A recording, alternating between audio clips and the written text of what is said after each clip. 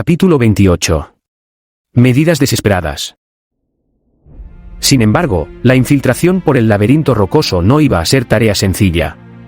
No por la presencia de fuerzas enemigas, ya que éstas estaban concentradas en el punto de desembarco tal como habían predicho, sino por las catástrofes que tuvieron que ver sus ojos. Mientras más cerca se encontraban de las posiciones enemigas, más frecuente era divisar las lanzaderas Laat derribadas. Los sobrevivientes a duras penas alcanzaban una docena, y la mayoría presentaba heridas graves, los cuales les hacía imposible continuar su marcha. Eso, sin contar el daño psicológico, del que algunos nunca serían capaces de recuperarse. Fracturas, contusiones, perforaciones por objetos punzantes, amputaciones. La macabra vista de las consecuencias de la guerra era un duro golpe para la moral del grupo. Gritos de agonía que solo podían ser calmados por morfina o somníferos muy fuertes. Incluso al único médico de campaña sobreviviente, le temblaba la mano a la hora de tratar a los heridos. Siguiendo adelante, incluso cuando dos de ellos murieron en sus propias manos. El teniente Nai no podía esconder su preocupación por el joven Padawan. Puede que Roy se mostrase sereno a pesar de lo que sus ojos le mostraban, manteniendo la mente fría y la respiración calmada. Pero incluso a alguien que era capaz de controlar sus emociones como él, le sudaba la mano al dar un minuto de silencio por los caídos. Por desgracia, esto supuso un fuerte impedimento. Roy tuvo que dejar a varios de sus hombres atrás para cuidar de los heridos, los cuales se instalaron en una pequeña caverna que les serviría de protección hasta que pudiesen regresar por ellos. Lamentablemente, el Padawan y aquellos que siguieron adelante, solo podían rezarle a la fuerza por el bienestar de aquellos que dejaban atrás, pues de la misión que cargaban sobre sus hombros, dependía la supervivencia de muchos de sus semejantes. Ahora, contando con apenas 8 hombres, incluyendo los 2 técnicos de demolición y el teniente Nai, el joven Padawan se acercaba cada vez más y más a su destino. Lamentablemente, la situación en el punto de desembarco era tan catastrófica como en cualquier otro lado.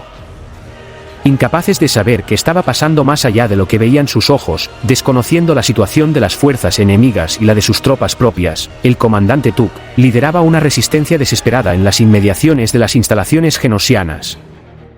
El irregular terreno le permitía a los clones encontrar algo de cobertura, pero el fuego enemigo era tan pesado, que avanzar tan siquiera un paso era casi imposible.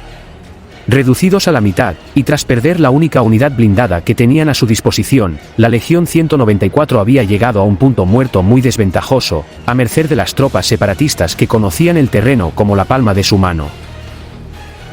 Tuk. Los escuadrones 11 y 5 han sido masacrados. Y la unidad de Cobal ha perdido a más de la mitad de sus hombres.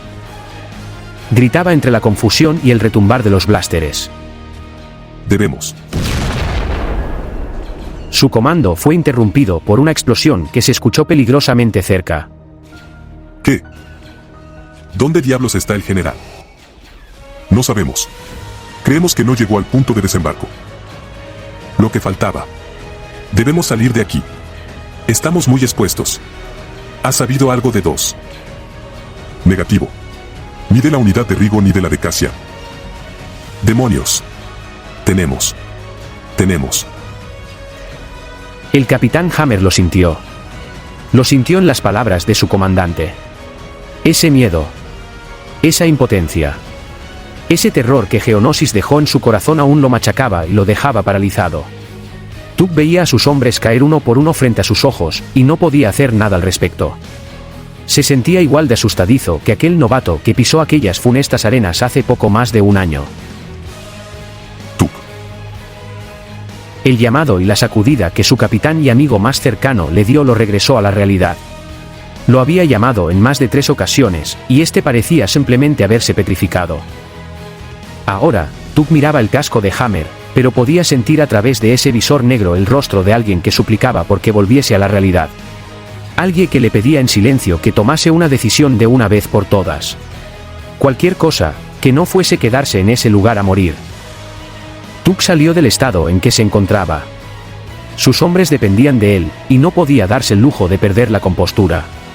¿Qué clase de comandante sería si lo hiciera? No morirían allí hoy. Se decía a sí mismo. El comandante analizó el campo de batalla por unos largos segundos, lo suficiente para saber qué tan vulnerables se encontraban, y la respuesta a sus dudas no era nada alentadoras. Justo al frente. se encontraba un baluarte de cavernas, desde donde los disparos de blaster enemigos caían sobre ellos como la lluvia ácida de Toul. A la izquierda, una formación rocosa que parecía brindar una buena cobertura, pero para llegar a ella debían correr por un campo a traviesa de unos 100 metros o poco menos. Pero ante tal fuego pesado sería un suicidio. A la derecha, más cavernas desde donde los enemigos intentaban flanquearlos, pero su número parecía ser mucho menor. Aunque bien podría ser una trampa. Y finalmente, a sus espaldas, un campo abierto donde se convertirían en blanco fácil para cualquier tirador. La retirada no era una opción. Aún así. No tenemos opción. Señor. Hammer, cuando sea el momento, correrá con su pelotón hacia la izquierda. Señor. Exclamó consciente que ese sería un suicidio. No tenemos opción. Si nos quedamos aquí, todos moriremos. Pero, Capitán Hammer, ¿puede hacerlo? Hammer suspiró profundamente y lo mandó todo al diablo. Habían tomado decisiones peligrosas durante toda esta guerra, pero esa era por mucho una de las más descabelladas. Aún así, opciones era lo único que no tenía. Señor, sí señor. Bien. Espere mi señal y corra sin mirar atrás. Señal. ¿Cuál señal? Lo sabrás cuando sea el momento. El capitán no pudo hacer más que mirar confundido como su comandante se alzaba lo suficiente para que cada clon presente pudiese verlo. Aquellos más cercanos a él, ya estuviesen agachados o acostados sobre las arenas ardientes, vieron a su comandante, e inmediatamente sabían que algo se avecinaba. Algo grande. Entonces. Compañía Neptune. Seguime. Y así, poco menos de la mitad de las tropas se puso de pie, siguiendo a su comandante hacia una desesperada carga contra las posiciones enemigas hacia la derecha de su posición. Una marea de armaduras blancas que abandonaron la seguridad de las duras rocas, y se abalanzaron sobre las cavernas donde solo podían esperar la incertidumbre. Era una apuesta de todo. O nada. Entonces, Hammer lo vio.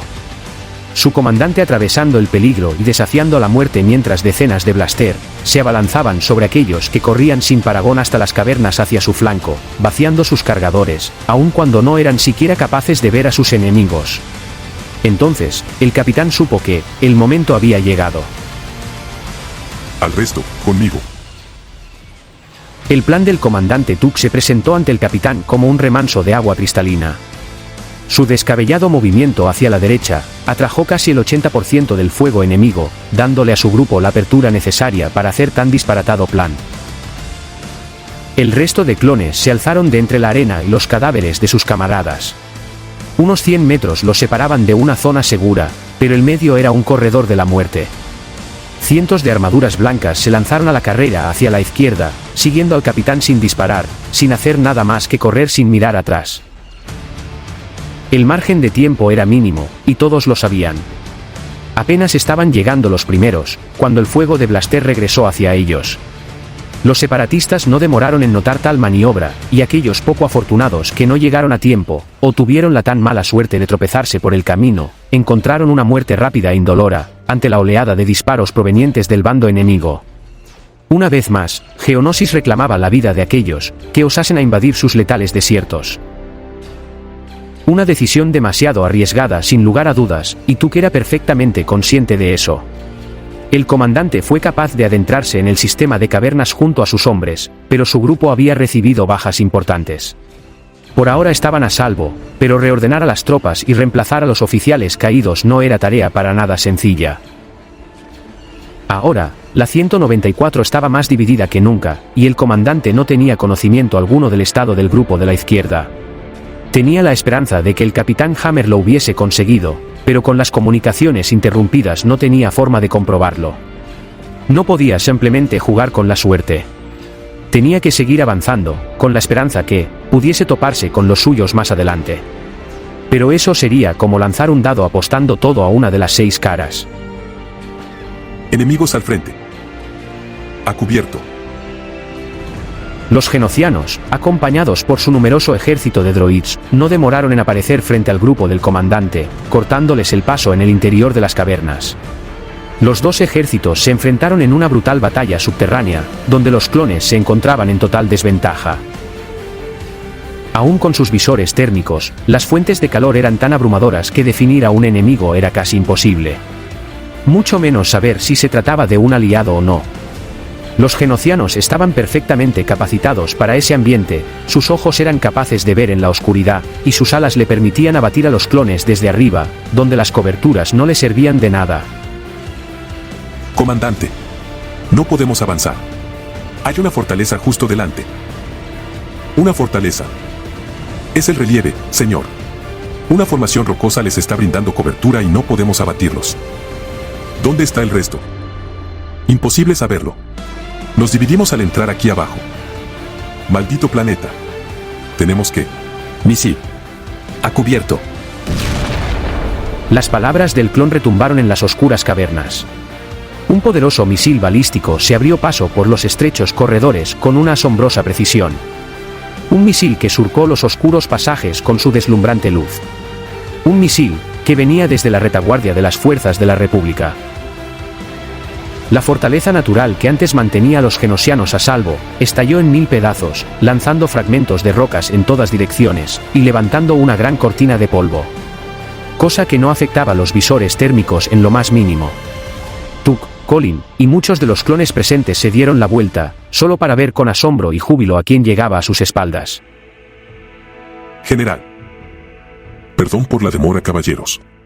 Mi lanzadera se estrelló alejados de la zona de aterrizaje tras perder uno de los motores. Son el resto de la 194. Han sobrevivido. Me alegro ver que ustedes también. ¿Y el teniente Roy? ¿Y el capitán Jame? Nos separamos, señor. La lanzadera del teniente fue abatida antes de llegar a la zona de aterrizaje. La noticia cayó como un balde de agua fría sobre el general. Confiaba en Roy y en sus habilidades, pero algo así puede que incluso haya sido capaz de superar a su Padawan. Por desgracia, no tenía tiempo para preocuparse por su alumno, cuando un clon comando se acercó a él. General, las defensas enemigas han sido abatidas. Debemos continuar. Entendido. Comandante Tuk, tome un tercio de los hombres y cubran los pasillos superiores. Yo iré por el centro. Comandante Voss. Ya sabe qué hacer. Sí, general. Escuadrón Delta, en marcha.